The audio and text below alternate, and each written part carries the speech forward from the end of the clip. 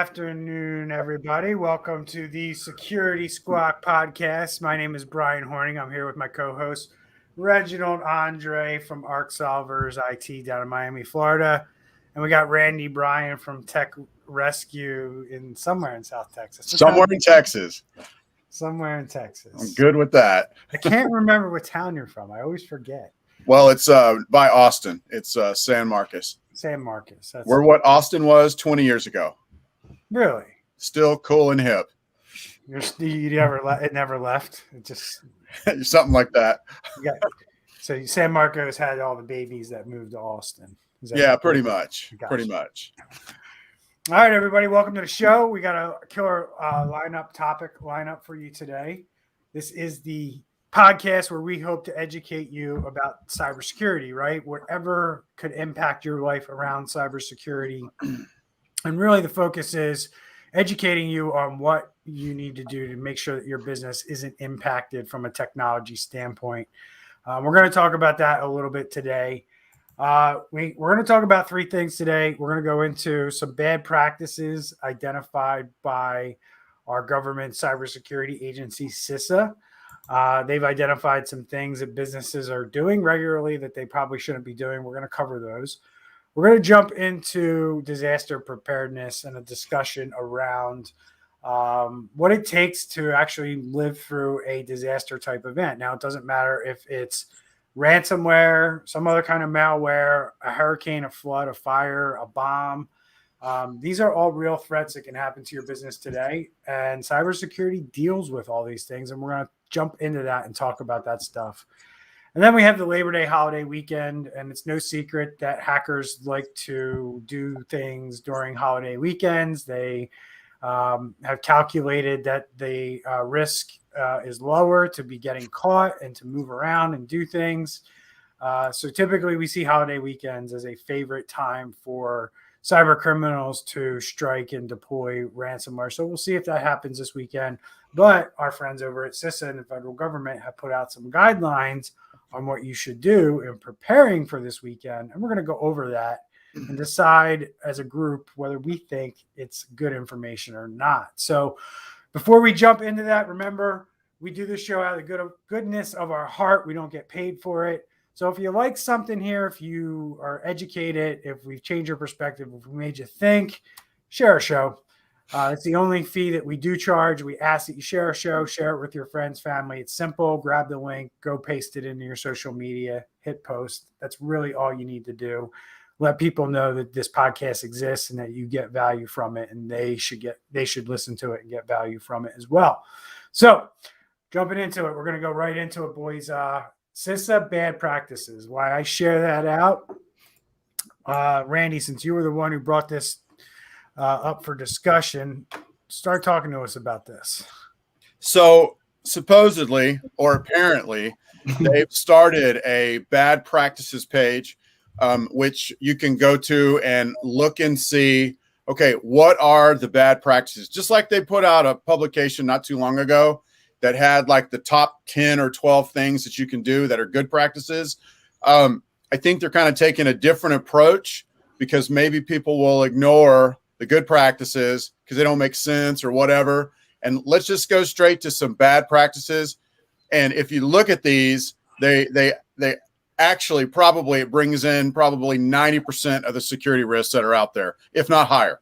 Yeah. So it starts off with use of unsupported software in service of critical infrastructure and national critical functions is dangerous and significantly elevates risk to national security, national economic security, and national public health and safety. This dangerous practice is especially egregious in technologies accessible from the internet. So, Andre, what are end-of-life unsupported software, and why should I not be using that in my business? Yeah, so the end of life just essentially means that the manufacturer, the programmer, they're no longer supporting this application or this hardware. And what that means to you is that they're no longer pushing updates. So if they find a bug or if something has been addressed as a risk, they would typically send an update, you would patch it, and everything would be okay. So once it becomes end of life, and these manufacturers will always give you enough notice so that you have time to then upgrade your systems.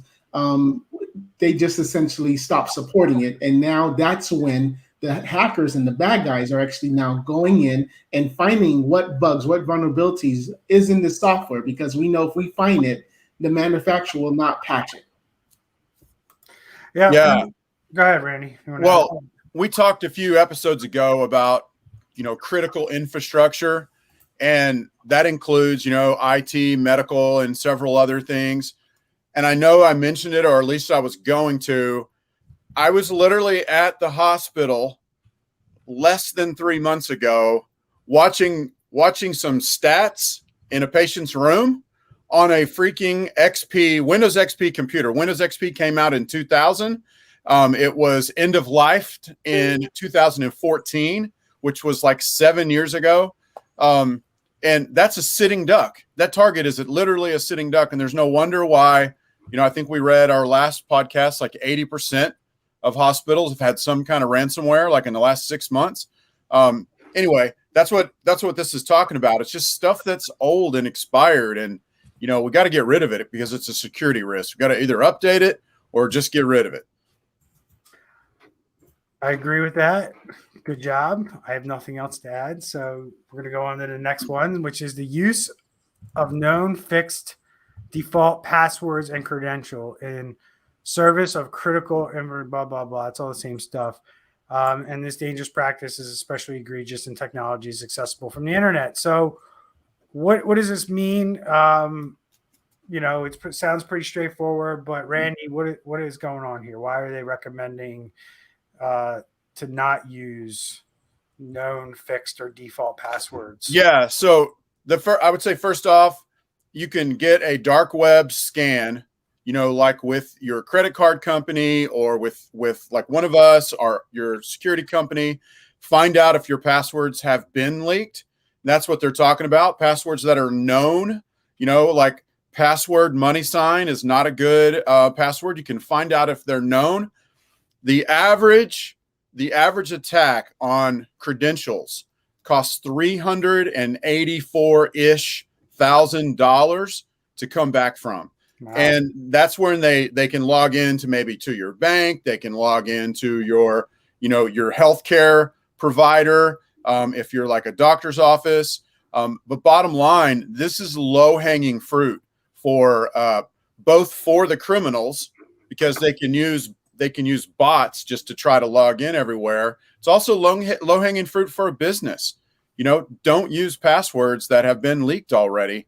I mean, that's pretty easy to change your password. So, yeah, and you bring up a great point about the leaked passwords, but this is like Randy or Andre, what kind of devices might be on my network? And maybe I paid somebody to set them up, or that's a professional, or maybe I didn't, or maybe I hired a professional and the professional just didn't think to go this far with it. It was 5 years ago, and this wasn't really a thing that was concerned about. What types of devices do we commonly find on companies' networks where the default password was just never changed? And it might not seem like a big deal, but it could be. Yeah, for me, the two biggest things is the copier machines. Yep. If you have a Kyocera, I know your password is admin and 8 zeros. Yeah. And then the second one, not that we do too much with cameras, but cameras as well. A lot of times it'll just be admin and admin or something like that. Yeah, and quite frankly, you can Google that shit. Yeah, like you can literally Google every password for every device that's basically been ever manufactured. So if you know the make, the model, and then you just type in default password, you're going to get that password. So yeah.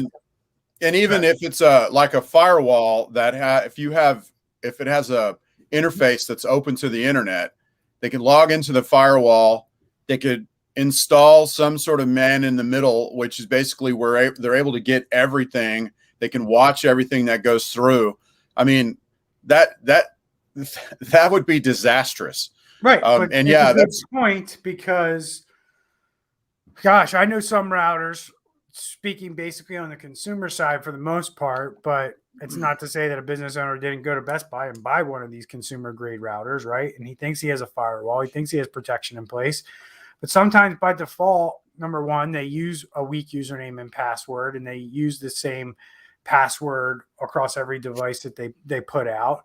And the other thing is if you don't go in and check to make sure that remote administration is not turned on by default, you could potentially be hooking up a router that you have no idea is accessible from the internet, right? So, people don't realize the dangers of just going to the store, buying a piece of equipment and putting it on their network, and they don't have a level of understanding of how these things work to the point where they would know whether they open themselves up to some kind of vulnerability or something like that. So it's a good point. So, Andre, anything else you want to add to this, or are we good? We're good. And I need one more thing. Sorry, Randy. I remember, I don't know where I heard it, but I just read the other day where they said, if a printer doesn't die, the printer will stay there. Like, printers are usually one of the things that just never get replaced. And so definitely take a look at your printers and change the default password. Yeah, I mean, look, if you bought a printer 5 years ago and nobody's really ever kind of looked after it other than, throw a new toner and paper into it, there's a good chance that firmware needs to be updated on that device. And, if you want to go figure out how to go, Mr. Business Person, if you want to go figure out how to update your firmware, I'm sure you can go to YouTube and figure out how to do it. And if that's the way you want to handle it, I would do it. But get a professional in there who can maybe look over that stuff for you and make sure that those things don't become something that an attacker can use to then, move somewhere else on your network. Obviously, they're not going to deploy ransomware through a printer, but they're going to be able to do things and hide themselves and maintain access through that printer, right? And that's what we're trying to stop. We actually dealt with an infected office at one point that had a very large Xerox. And the Xerox was actually, we called it the Queen Bee. It was actually the foothold that the bad guys had in this office. Yep. It was pretty insane. So yeah, all this is very important. So the use of single-factor authentication for remote or administrative access to systems supporting the operation of critical infrastructure. And I don't even want to read that part because they're saying like operation of critical infrastructure. Like, let's just get rid of that. All your infrastructure. Like, why are we saying, oh, well, you got to make sure you're critical infrastructure? It's like, well, no, we should be doing all infrastructure, not just the critical infrastructure, because I'm not confident that networks are set up with enough segregation to say that the critical isn't on the same network as the non-critical. Like most businesses that I've evaluated, it's all together. It's all mixed together. So single factor authentication, Andre, we talk about multi-factor authentication all the time. Let's just expand on why the use of single factor authentication is a bad idea. Yeah, and even going back to what you're saying with critical functions, I mean, if you're using maybe a marketing software such as like a ClickFunnels, a Constant Contact that has your entire email database and can send stuff on your behalf, things like that, you're even wanting to do the two-form factor. And what that basically means is even if the bad guy has your password, because he doesn't have some type of token system where the digits change all the time, they're not going to be able to get to the next step into getting to your critical infrastructure or your application or whatever it is. Randy? I mean, wasn't some of this involved in the Kaseya where certain devices didn't have second level authentication turned on for remote access? I'm not sure exactly, but bottom line, you want to put up. Remember when we talked about zero trust? One of the basic foundations of zero trust, I mean, y'all know this, but one of the basic foundations of zero trust is to assume that they're already in the network, assume that they're already around. And so you don't want to make it where somebody can just remote in and do whatever they want. So they got access to the remote. That sucks. But then have a second level authentication there, which is yet another roadblock. it ought to be like that all through your system and all through your networks.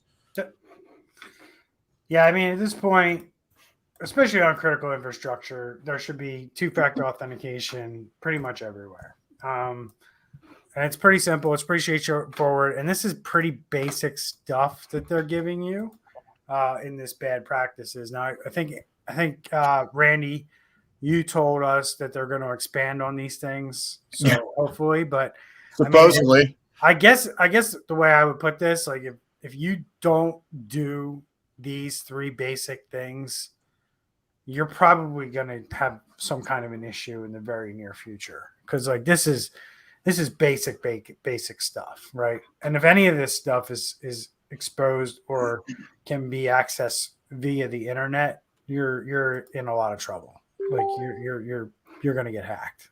Like it's just a matter of time. So cool. So the next thing I want to jump into, guys, is this.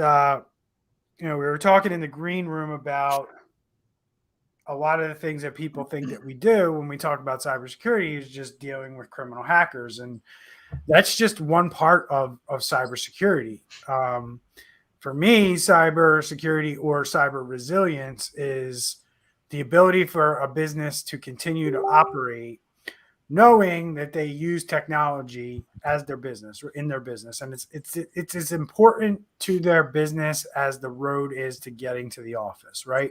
They aren't going to be able to conduct business and do business if they don't have the right technology in place.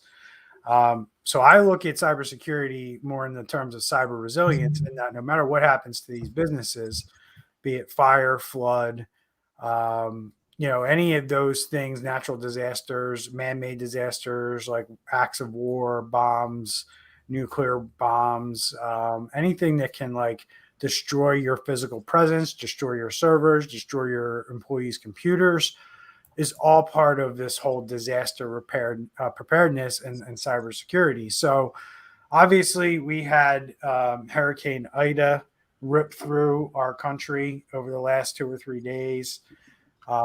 It really is quite an amazing sight to watch a storm like that rip through the country.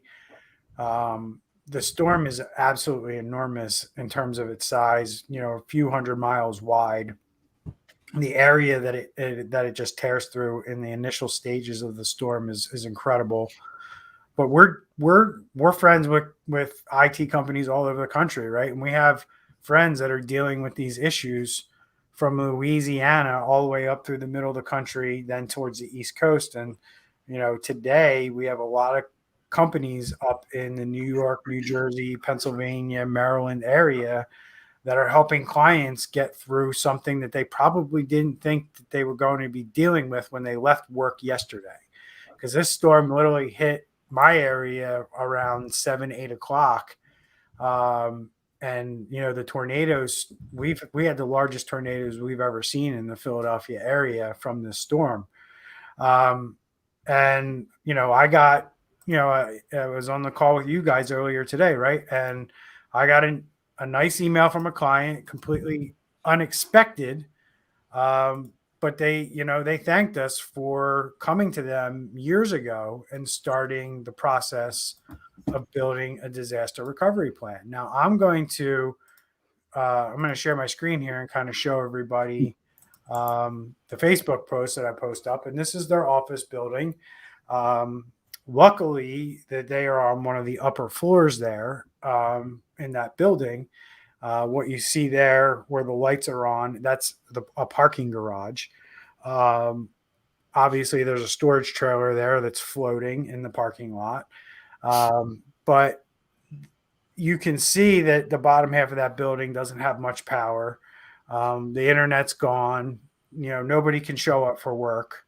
And these are the things that we've built with our clients and what we do for disaster planning. We walk them through these types of scenarios. What if you were on the first floor of this building? The first floor of this building is completely underwater. You see that first building on the left there? That's the second story you see. The first story is completely underwater. So any laptop switches, firewalls, any technology, the wires in the wall, they're done. right? This all now has to be replaced, right? But how do these businesses on that first floor, how do they continue to operate, over the course of the next month when they can't access this stuff? They lost their laptops. What's the plan, right? You don't want to be figuring this stuff out today. You want to figure this stuff out way ahead of time, right? So we know, what we're going to do, where we're going to go. So let's kind of briefly go into some of the important things when it comes to a disaster recovery plan. And what I'm going to kind of tell people is, as we go through this applies to cyber attacks as much as it applies to natural disasters and all that stuff. So keep that in mind. So no matter what happens, it's going to be the same response, whether it's a cyber attack or whether it's something like this, a fire, a flood, a hurricane, or what have you. So number one thing that we talked about right out of the gate was, what are you going to do? Right? This is your situation when you wake up in the morning. Your office is underwater. Maybe you were working from home already, or maybe because of COVID, or maybe you were in the office and you just lost, I don't know, 50% of your company's laptops that your employees use to do their business. What do you do? Where do you go? Randy, what are some options that people might have? I guess kind of backing up just a hair off of that is they need to decide in advance what's your critical data, what are your critical functions, and then they need to decide how much does it cost, or determine what does it cost, like per hour or per day, to be down, and then they need to determine how long could they handle actually being down, and then you can go back to that question. What will you do? So if I could handle being down a few days, and or a couple of weeks, then maybe what I do is I go buy a brand new laptop and we spin up and we're in the cloud or whatever. It all depends on the specific business. There's going to be some businesses, that maybe they're pulling in $1 million per hour and they can't afford to be down for 2, 3, 4 hours. And so they've set it up to where they can literally get back to work as soon as they can get to a separate location. So it's a pretty big question. I guess we have to ask some more supporting questions to exactly figure that out. Right. But in terms of basic, and Andre, you can chime in on this too, but in terms of basic options, right? In my mind, there's 3 basic options, right? You're either working from home, like everybody kind of did with COVID, or you do have options to set up what's known as warm sites or hot sites, right? And co-location facilities, or however you do it. Or maybe you have multiple offices around the country. And if one site if your Philly office goes down, maybe everybody's working out of New York or DC, depending on where you're at, right? These are all options that you need to go through with your team, mainly your management team and your IT team, to really put these decisions down in your plan, have it on paper, so everybody knows what to do, right? Because what typically happens in stressful situations when there's not a plan is things usually default to 1 or 2 individuals to make decisions, and you got a real problem if those individuals aren't around, right? So that's what this does. So, Andre, do you agree with what I said there about the warm, hot sites or working from home? Do you have any other perspective you want to add to that, being that you're kind of in the hotbed for this kind of weather and this kind of stuff? What's your perspective? Yeah, so definitely I love the warm spot, but it looks like in this case, and I don't know how far this goes, but even if this seems it's going to be at least a couple of miles, right? This is the whole town, this picture that you're showing? So this particular area is very low in relation to where this river is. So this particular area is prone to flooding. It's outside of Philadelphia. So I don't know how far this goes. I haven't seen the full report. I was actually surprised to even get this from our client. So this has the potential, Andre, to go miles, and this isn't the only river that kind of Wow. in our area where this is a potential situation. There's probably like 4 or 5 large rivers that feed into the Delaware River where it's a similar situation. Got it. So Yeah.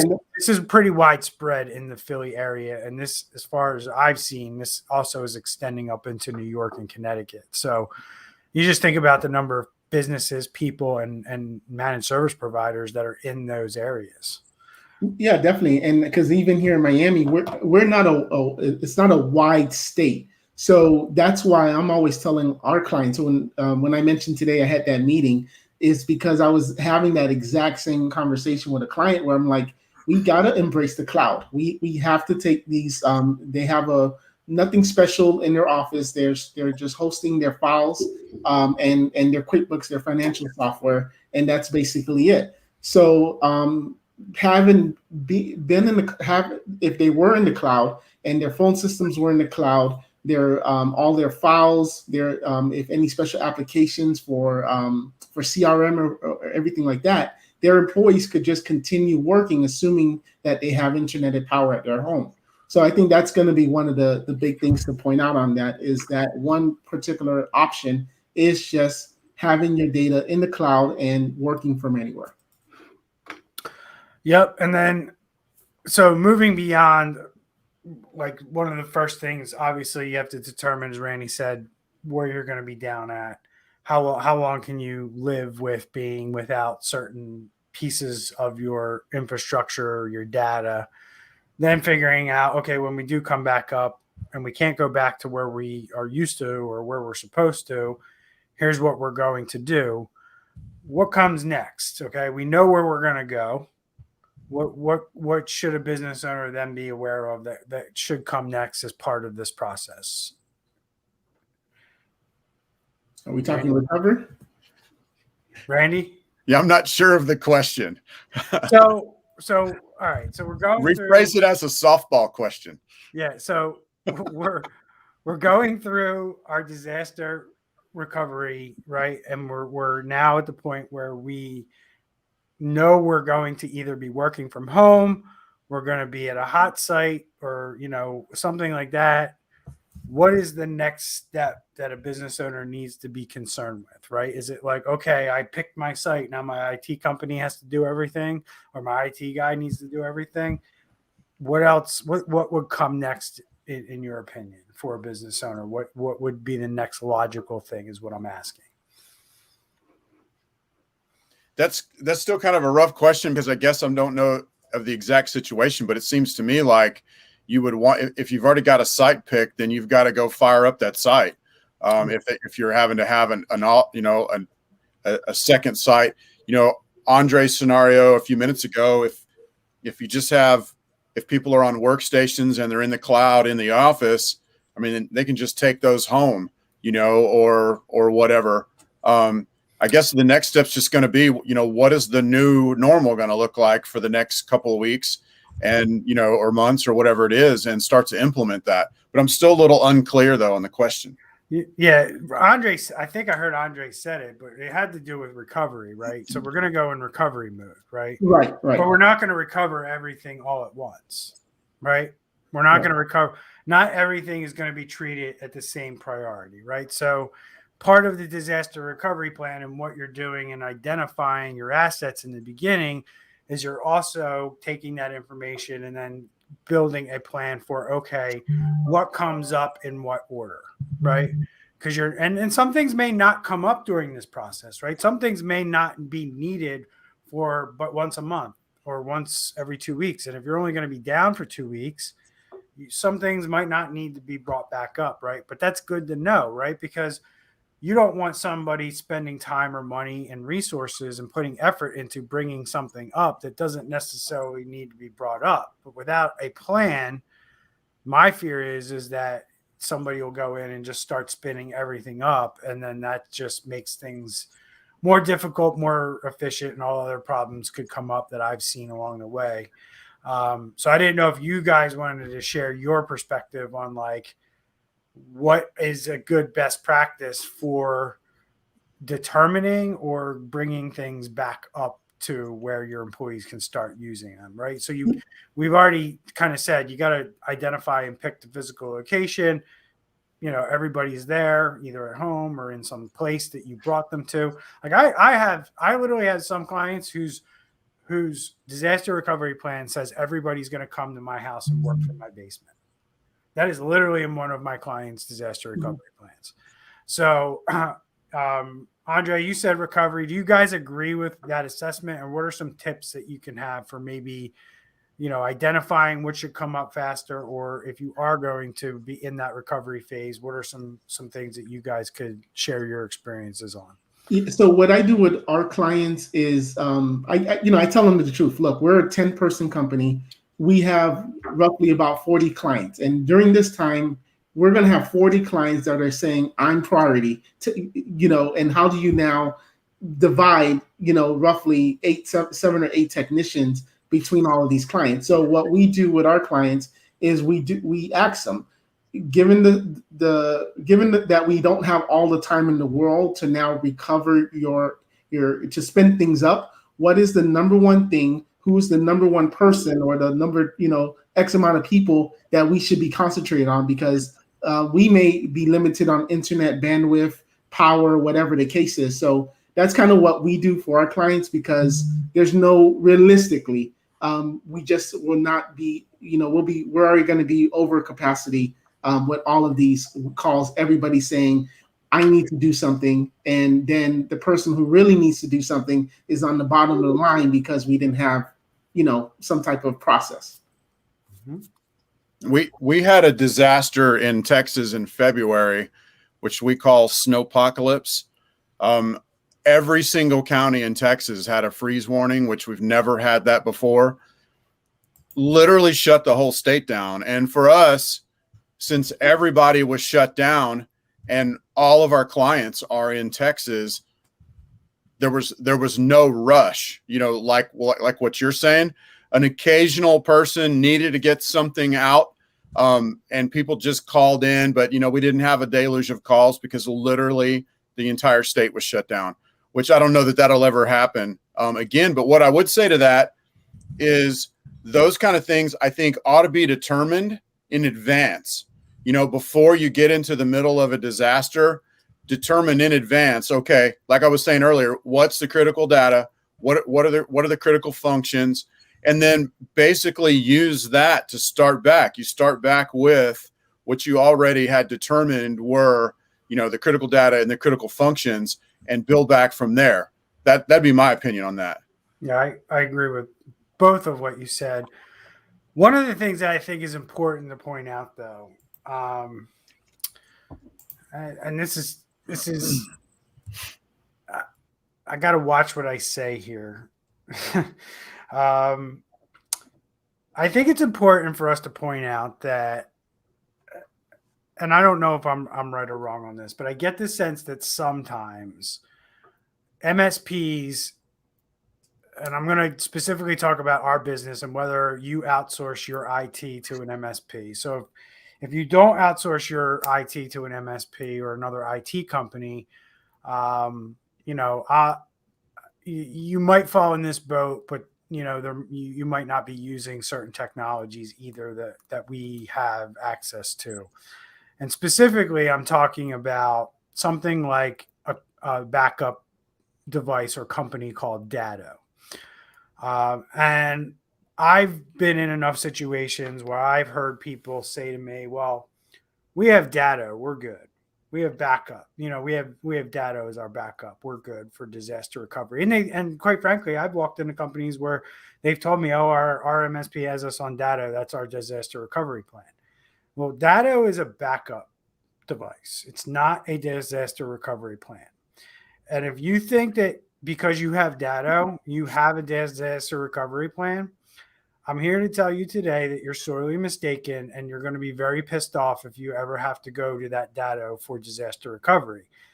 Because while the Datto device will operate perfectly fine and will restore, that is not a disaster recovery plan, and you're going to go through a lot of stress, and you're going to be wondering what the hell your IT guy or company was doing, because it's just going to be such a mess. And what I mean by that specifically is if you have a decent amount of servers that are being backed up by Datto, you expect things to run a certain way. And I think the conversation that is lacking between MSPs and their clients is that you can't run your environment from a Datto device or from the Datto cloud like you can your own actual environment. You're running in a backup type emergency space. There's not as much bandwidth. It can't handle as much, like there's not enough processing power. The processing power you get in a Datto cloud environment versus what you probably have in your normal environment is probably going to be about 20%. So, if you have 100 users using a server or a particular application and you have to go to a disaster recovery environment, it realistically can probably only handle about 15 or 20 people, maybe even less, before it chokes out and slows down. And I want people just to have that perspective, because I hear people say all the time, oh, we have Datto, we're good, or our person has us on Datto, we have this endpoint protection, and they put 2 or 3 products in and they think they have a disaster recovery plan. No, a disaster recovery plan is actually a document that you can reference that outlines basically step by step how you're going to handle this situation. It is not a piece of technology. It is not a piece of backup. So I don't know if you guys feel the same, about my perspective on what MSPs are telling their clients today. And if you agree with me on that conversation needs to be better and needs to change. And then do you agree with me on what you're seeing in the recovery environments, that they can't handle as many users or as much processing as what you normally are used to? And I think that's the problem. A lot of business owners think like, oh, I'm just going to go get spun up in the Datto cloud and everything's going to be normal. And then you're sorely mistaken, because it's not going to be able to handle as much. I would say, I'm not too familiar with Datto. Mm-hmm. I know there are other cloud-based products. I demoed one of them. Mm-hmm. Literally took 20 to 40 minutes to spin up the server in the cloud. Now, a server will take a little bit longer in that situation because it's got to search for drivers and devices and all that. Maybe 7 minutes longer or whatever. 20 to 40 minutes to spin up. There's no way 10 users are going to connect to that thing. But I will say that server in the normal environment takes how long to spin up? 3 minutes, exactly. 5 minutes. There you go. But there are options out there that are scalable, and you can build your backup and recovery device. You can build it or spec it out to handle that specific environment that you're in. It costs more money. So you need to be willing, a business needs to be willing to pay for that. It goes back to that whole thing I said about, what's your data and how long can you be without it? What does it cost to be without it? And then it's worth to pay $400 or $500 a month for a device that can handle your whole office. And then you really ought to have a time where, you test it all. Hey, let's say, Friday at 5 o'clock, we're gonna unplug the real server and we're gonna fire up the disaster recovery backup device that's on site, and let everybody try and see how great or horrible of an experience you have. If it's horrible, you're back into that ball court. You're back in the court that you're talking about. You have to have something different. Yeah. So first off, I want to be clear to everybody. This wasn't a slight against Datto. Any product that backs up and recovers the way that I mentioned falls in this category. It's not a slight on Datto or their technology. Their technology is very good. In full disclosure, we are a very happy partner of Datto's, but we are an MSP who has that conversation with our clients. We sit them down and give them the real deal. Like, if this happens to go down and we have to go through this process, you're only going to be able to have about X amount of users connect, right? So they're aware and they know. And then when there is an event, they're not hearing this for the first time, right? This isn't a surprise to them. That's what we're trying to eliminate here. And we're trying to empower our industry to make sure that they're having these kinds of conversations with their clients. So, Andre, anything you want to add to the backup, the disaster recovery? Let me ask you a question, Brian. This flood, was this yesterday? Because I think you said something. It was something like it's not something you thought you would be dealing with yesterday. In this particular case, did they know that this was going to happen? We knew that the storm was coming our way. Uh-huh. We didn't know the track. We didn't know the specific isolated areas that would get the most rain or have the most impact. But I would venture to say that this parking lot and that parking garage was full of cars yesterday. Yeah. You know, Mhm. like I said, the storms rolled in probably around 6, 7 o'clock, and the worst of it was overnight. And this picture was probably taken 6 o'clock this morning. Yeah. Okay. Okay. I was just wondering on that because I know a couple of weeks ago we actually talked about when it was storming here, and it was like a tropical storm, and we're talking about wrapping up the computers and bags and everybody taking stuff home. So I was just curious about that. What I will have to say about this is just like cybersecurity, there's different layers and there's different things. It's the same thing for these type of incidents. You don't know what's going to happen. And there also needs to be that plan that as soon as maybe that should be part of the plan, that even if a user has a desktop, maybe that is something that they should just take home with the expectation that they may not be able to go back to the office for a week or two. Yep. Yep. Yeah, I agree with that 100%. And I do want to wrap this topic up because I want to go into our last topic, which is the holiday weekend. But, along with the fact that we need to make sure that business owners are having this conversation with their IT company, at the end of the day, if you're wondering, like, who knows this kind of stuff? Like, how do I know my IT guy can help me with this kind of stuff? I talk about frameworks all the time. I promote frameworks all the time. I don't care what framework you use. I like the NIST cybersecurity framework. And that's what we're trying to kind of educate people on here today is even though it says NIST cybersecurity framework, that framework and everything that you do to achieve all the controls that are in the framework will help you with this situation. It's not just the NIST cybersecurity framework is not just about protecting you from ransomware and hackers.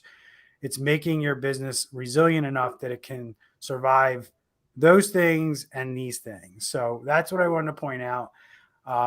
You just have to hire a company that's familiar with the NIST cybersecurity framework, that lives by it, that understands it, and can help you implement it in your business. That would be my recommendation. So any last shots before I move on? We're good to go. So jumping into the weekend. Weekend, yeah, it's coming up. We can all just relax. Yeah. So it was funny. I was at a show this weekend, which I'll give him a big shout out. It was quite frankly one of the best industry events I've been to in a long time. I went to the event because I saw the agenda, and two things drew me there. Number one, it was only an hour away from my house. Drive-wise, so I thought, great, I can get there easy. I don't have to get the hotel room. I can drive home at night.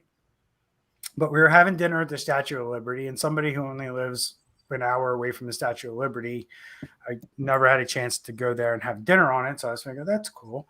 And then I had a chance to meet Gary Vaynerchuk. But IT by Design, which is a company that provides help desk type resources, they did a really good job with their show. So I want to give them a shout out, and I got to hang out with Gary Vaynerchuk and learn from him. And it was a good experience all around. So we're heading into the holiday weekend, right? And it's Labor Day. And, one of the things we want to talk about, you are too funny. One of the things we want to talk about is what happens over Labor Day, right? And I was talking at the show, I was talking to the guys from ThreatLocker, which is also another company that I'm a big fan of. Threat Locker guys basically said to me, we had no 4th of July weekend because they were helping their partners get through the Kaseya event, right? So hopefully nothing happens this weekend. I'll give you my perspective. My perspective is that the ransomware groups that were doing really well, that basically caused the JBS and the Colonial Pipeline and also led to the Kaseya hack, these guys are gone right now, right? They've disappeared, all of them, right? But we've had some new groups pop up in the last month or so. I'm concerned about Lockbit. I think Lockbit has made some really big strides lately, and they're kind of the horse leading the pack at this point. I don't know if they have anything up their sleeve for this weekend, but let's talk about it, right? So the reason we want to talk about it is because the FBI got on board with me, and like me, I put out a video right before the 4th of July's attacks. The FBI decided that they're going to put out some guidance on what to do for this weekend, getting prepared for this weekend, right? The title is Ransomware Awareness for Holidays and Weekends. And they give some tips here. And I guess I just want to get your guys' kind of feedback on what you think. Is this good advice? Is this bad advice? Did they miss anything? Is there something here? So at a high level, they're recommending, they go into ransomware trends, and then they talk about threat hunting. Not so easy to do, right, guys? Like, we're not talking about, like, this isn't something that you can just call up and get threat hunting tomorrow, right? So they start off with threat hunting, cyber hygiene services, right? They're talking about their service, right, that they offer, that we highlighted on the show one time. So do you agree with me on the threat hunting? And we'll just talk about threat hunting real quick, and then we'll dive into like these different mitigation points that they brought up. So threat hunting, agree with me, disagree with me? What are your thoughts there?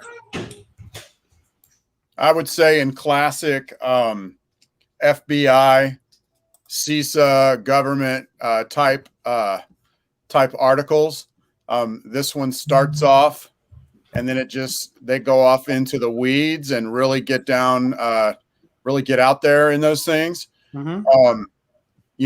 The number one time for an attack to start is Friday at 5:30, and the number one weekend of the year is July 4th.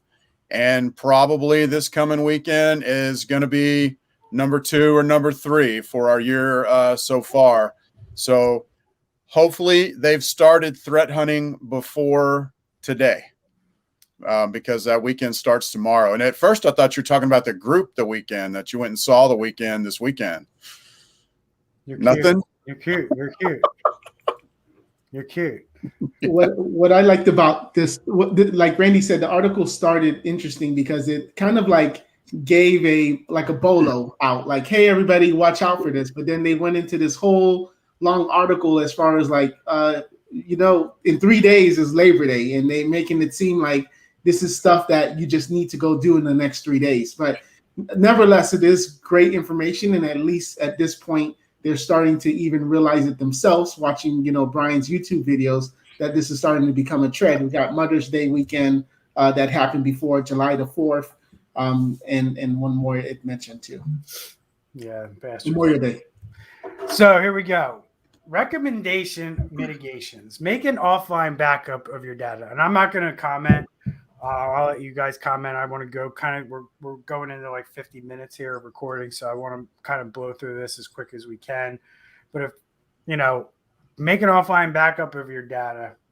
We kind of talked about cloud backups extensively already. Do you consider cloud backups offline backups, or should we be doing something more like taking it home and putting it in a deep, dark, closet somewhere? What, if you read this, what does this mean to you guys? I mean, it just means to me that you need to have your data in a third location. You've got it on your computers. That's one. You've got it as a backup. That's 2. And then it needs to be somewhere else. So whether that's to me, I know a cloud is online. So a cloud backup, or just having a backup. I don't know about that whole taking it home thing, because it seems like no one really ever follows through on that. But I guess for me, if you're in the cloud for a cloud backup, you need to make sure that somebody who knows what they're doing, a professional, knows how to air gap that or segregate that. So if a hacker gets on a computer on your network, they can't find your backup device and then go to it and format it and wipe everything that's on it off, right? That would be my concern, is that you pop a data device in and the data device, yes, is there, but if I can access it, I mean, I've gone in and audited companies where the MSP saved the login credential for the data device, and we were able to log right into it because they saved it on the server in the browser, and we were able to log into the data device. Once I'm in the data device, I can do whatever I want. I can delete your cloud backups, right? So this is the kind of stuff we're talking about. Or even better, as we talked about, not changing the passwords and it's the default. All right, so do not click on suspicious links. This is like elementary stuff for us, but Yeah. Go ahead, guys. I mean, it's pretty important. I'm glad they pointed it out. You probably could step up your game on your vigilance this week, right? This weekend, going into this weekend. It should be that way all the time, but going into this week, you might not want to click on any links. Yeah, I read an article just a few weeks ago that I think it was 30-something% of all people that are working from home have clicked on suspicious links, even though they knew they shouldn't, just because they just wanted to see what would happen. So don't do that.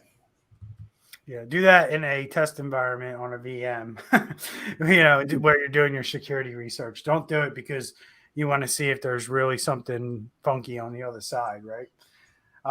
It does suggest that you implement a user training program and phishing exercises to raise awareness among users about the risks involved in visiting malicious websites or opening malicious attachments, which I think is great advice. Just make sure you're doing that, on a weekly basis, not like once a year. Andre, you good? Yeah, this is stuff that we've been saying. Yeah, if you use RDP or other potentially risky services, wow, RDP is a risky service according to the FBI, built into Windows. Secure it and monitor it, right? So yeah, RDP is not really a risky service, but if misconfigured, it can be a risky service, right? Mm-hmm. So, anything specific there? Our RDP, in case you don't know, is remote desktop protocol. It's how many of you are probably remotely accessing your computers if you're doing so. Hopefully you're doing that behind a VPN and not just doing that over the internet. So if you're not connecting to like a VPN or something before you're connecting to your computer at the office, you're potentially accessing RDP in a risky manner. Let's put it that way. And RDP uses port 3389. You could literally go to, I think it's canyousseeme.org, and then enter in port 3389, and you can just see if that port's open on your network. You don't want that port to be open on your network. You don't want it to be, because that would give access to the outside. And if you are using RDP, it's over a VPN, so it doesn't need that port, because a VPN is basically a virtual direct connection. So I guess it's also important to point out, because I've literally audited companies and I've talked to MSPs and I'm like, hey, you have RDP open, right? And then, no, yeah, I got RDP open, but I changed the port. And like, I've literally had other MSPs tell me that changing the port is a security feature. It is not a security feature, number one.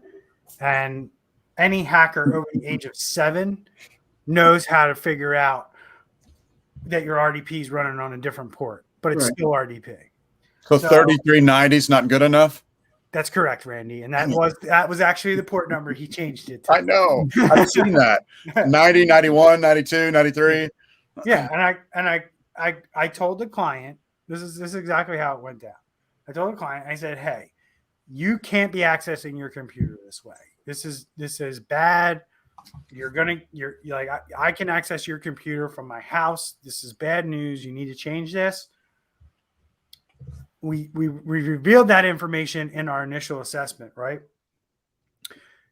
I got a call back. I got an email back 2 days later or a day later from that person who said they talked to their IT person. Their IT person told them they changed the port and that's a security feature.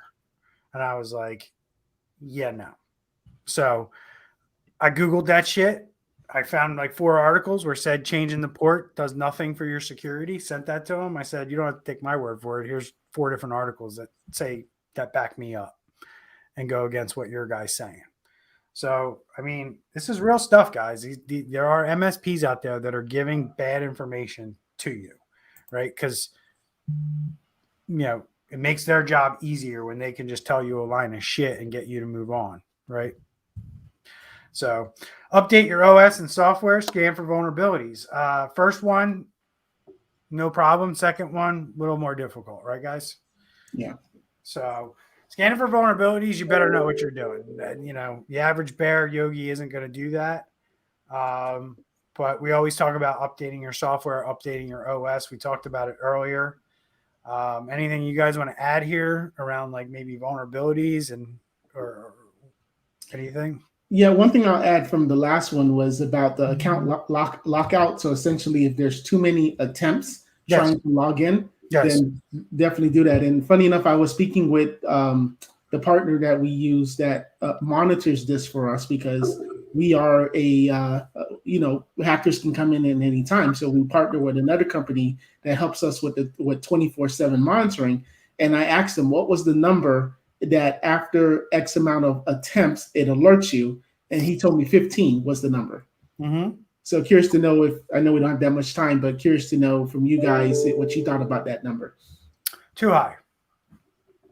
Yeah, that's what I thought. We depending on the situation, we're either 3 or 5. Now, the other problem is, and what I see a lot, is the default setting in all Windows computers, including servers, is that if an account gets locked out after 30 minutes, it automatically unlocks it. And that's where I see the problem. Because if nobody's looking at those logs, nobody's monitoring those logs, and your only thing is, well, we have account lockout turned on. Right. But then did you go to the policy that turns the account lockout back off and change that so it doesn't automatically unlock the account after a certain period of time? Hackers know this shit. If you actually look at logs and telemetry, you will literally see hackers hack all the way up until the point that they log out. And then after 30 minutes, it doesn't, and you'll see it's not exactly 30 minutes. It might be 30 minutes. It might be 47 minutes. It might be 63 minutes. It might be 88 minutes. Who knows? But they're back at it, knocking at the door again, trying to brute force their way in. So it's very, very important that you use the passwords and make sure that you have that lockout on, right? But you also look at other settings. And this is where professionals come in, right? Professionals know to look for this stuff. Professionals know to go, okay, make sure the account lockouts only go off if an actual person goes in and unlocks the account. And I've seen it a million times where they said to me, oh, we have account lockout on. Okay, yeah, but is the account being unlocked automatically by Windows? And sure enough, it is. And then that's how they were able to successfully do the brute force attack, because they were able to keep trying and nothing was stopping them. And nobody picked up on the fact that these accounts were being locked out and then automatically unlocked. So have you guys seen that? Disagree? Agree? I think Randy's texting. Yeah, I've seen it. No comment. Yeah, I think a lot of times it is that high number because of the amount of noise that can happen. You have a user, they swear they know the password, and it's like their 5th time doing it, and then they just give up, and then so it goes back to convenience, right? Mm-hmm. Yeah. Obviously, we in our business, we don't dictate to our clients that it has to be 3 or 5. If they want it to be 15, then we'll make it 15. But we have to watch things a little differently, right? But ultimately, our recommendation is going to be, I don't know. You type in the password once, you type it in again, you type it in the 3rd time. I don't think it's unreasonable for somebody to, have their account locked out at that point, just to say what's going on. So use strong passwords, use multi-factor authentication. We kind of already covered that earlier when we talked about not using single factor. So they recommended not to use single factor. Obviously, it's recommended to use multi-factor. Secure your networks, implement segmentation, filter traffic, scan ports. Here we go. This isn't easy stuff, right, guys? And I talked about segmentation earlier when we talked about air gapping the backups. But filter traffic, scan ports. What are your thoughts on this? I mean, I'll make one comment of the scanning the network for open and listing ports, close that are unnecessary. I mean, I would say just go to a whitelist only policy on ports, and you can narrow it down to probably 24 or 4 dozen. You know, you can narrow it down from the tens of thousands that are out there. Narrow it down specifically and just have everything whitelist only. And so we tell a new customer when we turn on this whitelist only that there's going to be a few things that don't work. So we'll go into the firewall, we'll open up what we need, and there's a lot that won't work right away. And we might be finding stuff for like weeks or months, you know. But bottom line is you're only allowing what has to be, and everything else is blocked. Yep. Andre? It all goes back to planning, and this cannot be done something 3 days. I agree. Right. Yeah. This is, and that's where I'm going with this, and that's where my head's at with this. It's like, yeah, like this is too much. Like if you're not doing this stuff already, you're not doing this stuff. When did they release this? It was like Tuesday. The 31st? Yeah, the 31st. So it was 3 days ago. You're not going to get this stuff in place in this short period of time. So this is like for the next holiday, right? Exactly. Christmas. For Thanksgiving, you might be able to have enough of this stuff in place realistically. Yeah. Secure your user accounts. This is more about monitoring, not easily done, right? You know, obviously you need to audit and make sure that you don't have stale accounts out there that can be used and things like that. But yeah, somebody's got to be looking at this stuff. Somebody's got to measure it. I love the time that I went in and audited a company once. And when we pulled back the active accounts in their server, 3 of the people at that company I personally knew, and I knew they didn't work at that company anymore. Mm. So, and I went to them and I said, hey, this guy still has an active account and he works over at this company. And this guy still has an active account and he works over at that company. And I'm like telling them where these people now work because I know these people. And they didn't believe me. They're like, no, those accounts aren't active. I'm like, okay. So I showed them the report that we had, and then I went into their server and I was like, these accounts are absolutely 100% still enabled. So it's important that somebody looks after this stuff for a business. And then have an incident response plan. Oh my God. Look, disaster recovery plan, incident response plan, kind of synonymous with each other. And that's what we just spent a whole lot of time on. And the last thing that they put in there is have an incident response plan. And I think these last 3 or 4 things are really things that you need to implement over time. So if you're not doing these things right now, you're probably a little bit vulnerable heading into the weekend. You probably want to, maybe when you get back from vacation, hopefully you don't have an issue with, a cyber attack, and you want to start working on these things. So when Thanksgiving comes around, they're going to put out the same directive, and they're going to, put out the same thing.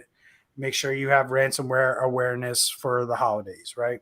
So, yeah, I think it's good that, I mean, they did get off in the weeds here, and there's no way you can implement all this by this weekend. But I do think it's good that they're talking about it. They're getting it out there. We're starting to hear a consistent message over and over and over and over. And it's basically these things that we just read. That's good. We've got to raise the water level in our country when it comes to cybersecurity.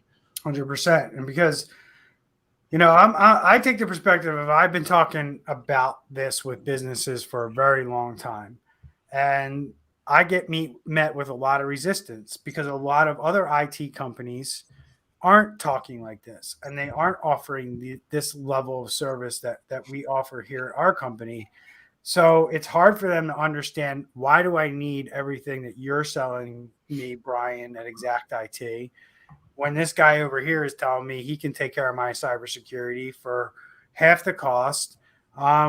But he's not doing all these things. He's not doing everything that the government is listing here. He's putting like 1 or 2 tools on your system and calling that cybersecurity. We actually help companies put this stuff together and implement it and refine it and make it better going forward, right? And that's what it takes. And I'm glad that some other entity besides me as a business owner, who is sometimes just seen as somebody peddling a bunch of services, when I'm really just trying to help companies do the best they can with this stuff.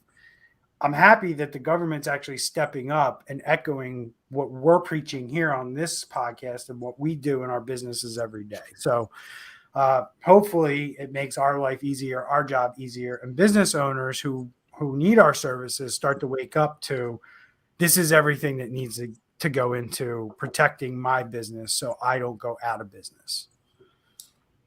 Yeah, and I want to steal your quote, Bryan.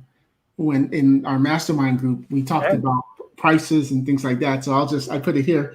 Yep. We are going to be 3 times the price of those guys. I'm going to take you through why, and you can decide if it's worth it to you. So when we're none of us here are trying to pitch our services. We're providing information, but for the viewer that's listening in, when you are comparing your prices and you see that, one company with the low ball price and another company that may be 2 or 3 times higher, this is the difference. These details are the difference. So just wanted to point that out. Yep. And those details are a big deal. And like you said, Bryan, if they're quoting a substantially lower price, they're leaving things on that list. They're leaving them off. They're leaving them off, and they're not telling you. They're not educating you, and they're not bringing these things to light. And guess what? If you're signing a 3-year agreement with that company for 36 months, you're not going to hear a peep about it. Mm-hmm. Right? Because you guys know, and we know, the economics of our business. And if you're coming in low ball, right? If you're on the low end, you're doing everything in your power not to interact with that client. Right? Because every minute you spend with them is a minute that you can't spend selling, marketing, or making money somewhere else, right? So you get underserved. Other business owners or other MSPs, other IT people will cut corners. They won't do the things. The number one thing I ask people all the time is, and I'll throw it out there for our audience, for business owners to think about, is when's the last time your IT company or your IT guy sat you down and had this conversation around disaster recovery or what we're going to do to beef up defenses over the holiday weekend? Like, if these conversations aren't happening proactively with your company that you're buying services from today, you can pretty much bet that they're not even doing them, right? So don't be surprised when you get hit with ransomware, right? Don't call the guy and be like, I thought you were taking care of this for me.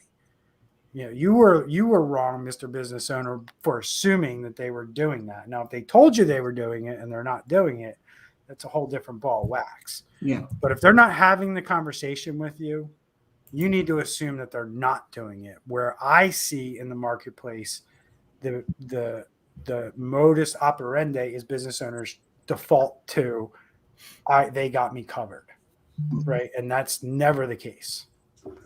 So that's it for me, guys. You got anything else you want to add? No, that's all. If anything major, I say we should, if anything major happens over the weekend, we should do a live, I'm down with that. Yeah. Actually, our call may be Tuesday. I believe we're going to be starting in the morning soon. Yep.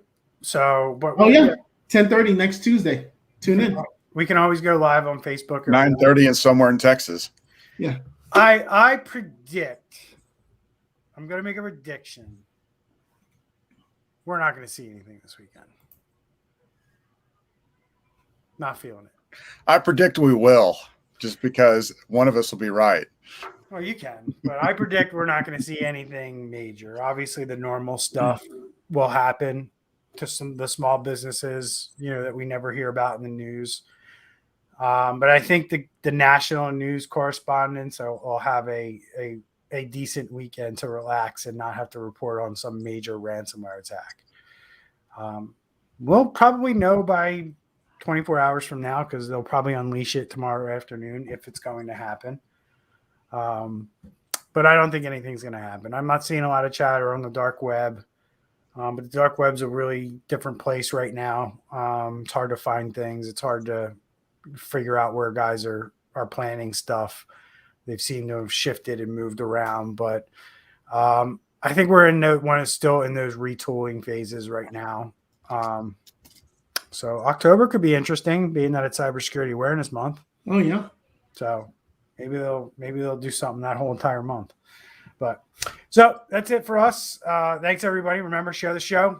That's the fee. If you were educated, entertained, enlightened, what have you. If you didn't like us, don't share us, don't download us. But if you did, share us, download us. Pretty simple. Thanks, guys. See you next time. Bye.